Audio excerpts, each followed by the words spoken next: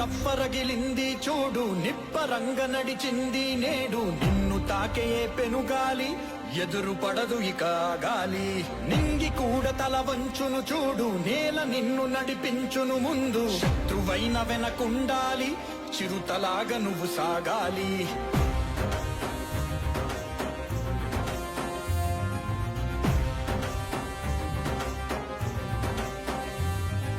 కన్నీళ్ళని రానివ్వద్దని రైతుల పక్షం నిలిచావు.